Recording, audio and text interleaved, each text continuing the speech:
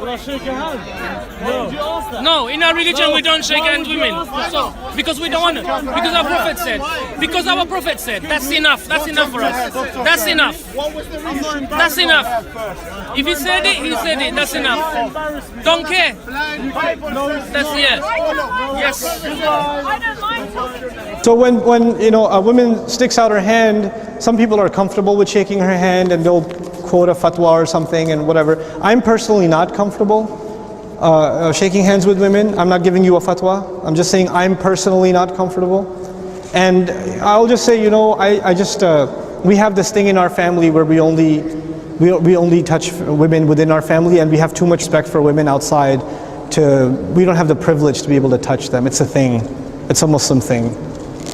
You know, so instead of turning it into something like, ew, you kafir, I can't touch you, I turn it into, listen, just out of respect for women, unless they're in our family, we don't have the right to touch them. I hope you can respect that. And they do. We just gotta find a smart way of saying things. I would like to say, first of all, that this is probably the hardest mitzvah, well, it's not really a mitzvah, but the hardest concept of Judaism for most people to either grapple with or take on. For those of you that don't know, Shoma Nagia usually refers to the fact that Jews, Orthodox Jews, don't touch anyone of the opposite sex except for either their husband or sometimes immediate family members. But that includes usually handshaking, hugging, any sort of affectionate touch. So this is obviously in many societies considered very weird, and it's definitely something that, you know, gets a lot of shock when it's first heard about.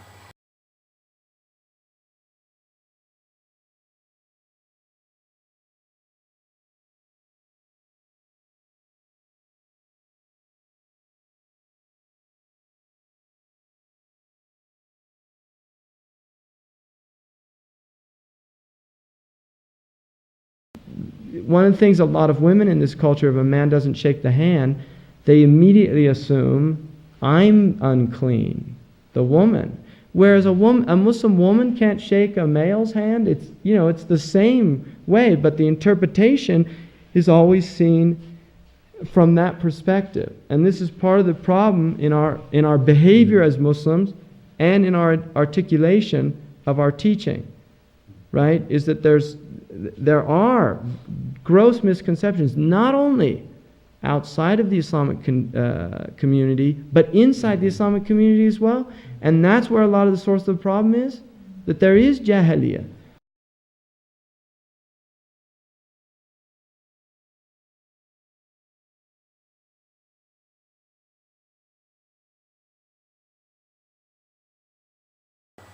A little about the meaning of the word.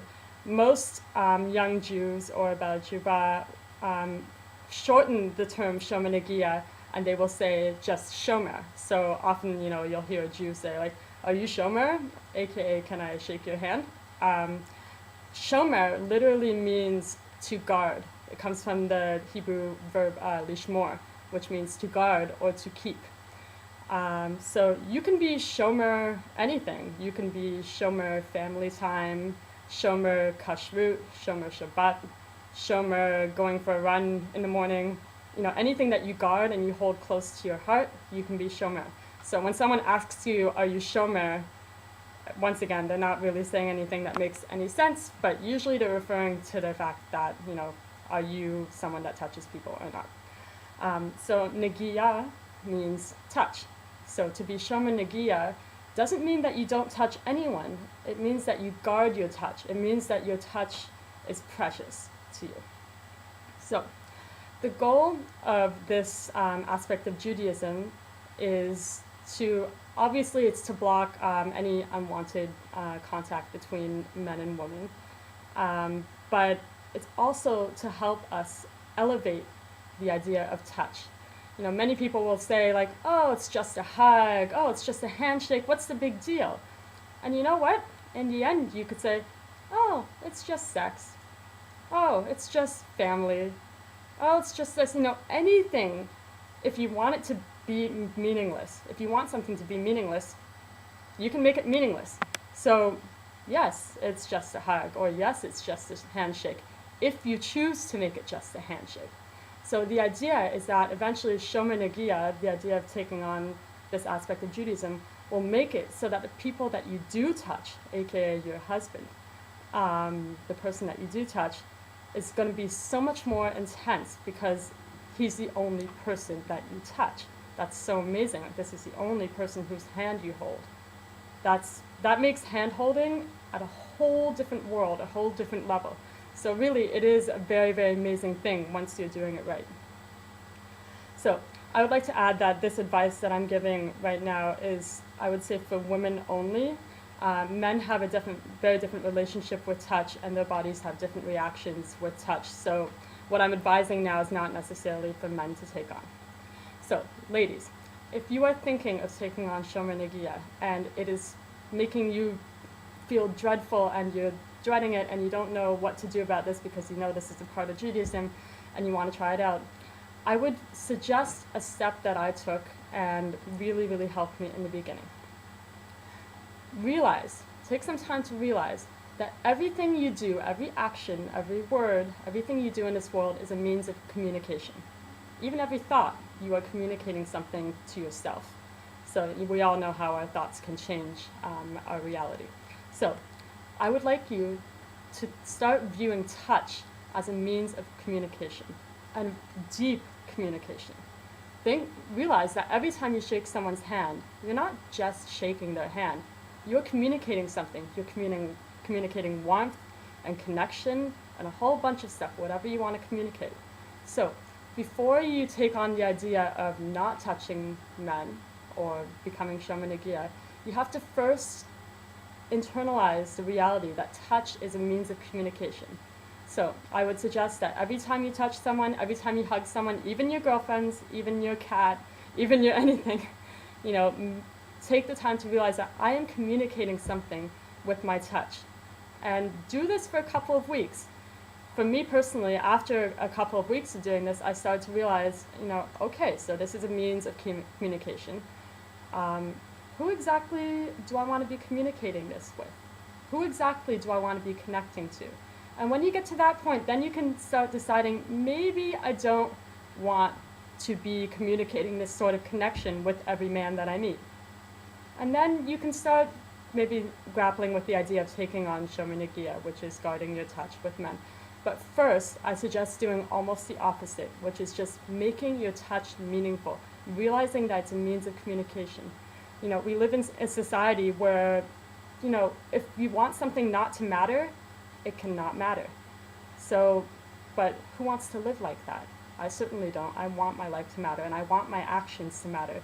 So take the time to realize that touching people and hugging people, shaking hands, these are all means of communication, and really internalize that reality.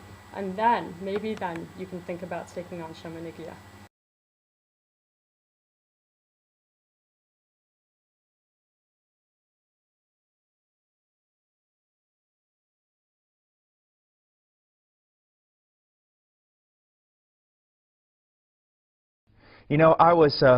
I was teaching in Europe last year, and a bunch of girls came into the auditorium and kind of European techno punk type stuff, and pretty wild. And I tell you, my heart went out for them because you could tell immediately they didn't have a father. And it was a lot of them there. So I asked them this question. I said, girls, how many of you have seen BBC's version of Pride and Prejudice, or even Pride and Prejudice with Keira Knightley? And most of them raised their hand. And I said, after you saw the movie, or while you were viewing the movie, did it just make you feel sad, in a way? A melancholy, maybe, that you couldn't understand? Most of them said yes. And I said, let me suggest to you what was the reason for the melancholy. Is that you live in a culture that has killed beauty. It's killed dignity. It's killed innocence. It's killed manners and courtesy and chivalry and absolutely everything. And here you watch this movie where women dress a certain way, they're refined in a certain way, They don't participate in the brutish things of men. They're concealed. They're, again, innocent. It's like this. I say, young girls, can you imagine a movie where a girl is sitting there and all of a sudden a guy reaches for a book, and while he reaches for the book, she reaches for the book, and he happens just to touch her hand lightly while he's reaching for the book, and it literally takes her breath away. See, we can't experience that anymore, can we? Because we're so just immoral and gross that the touching of a hand can't cause your heart to beat faster. It can't take your breath away because of the culture in which you live, the death of beauty.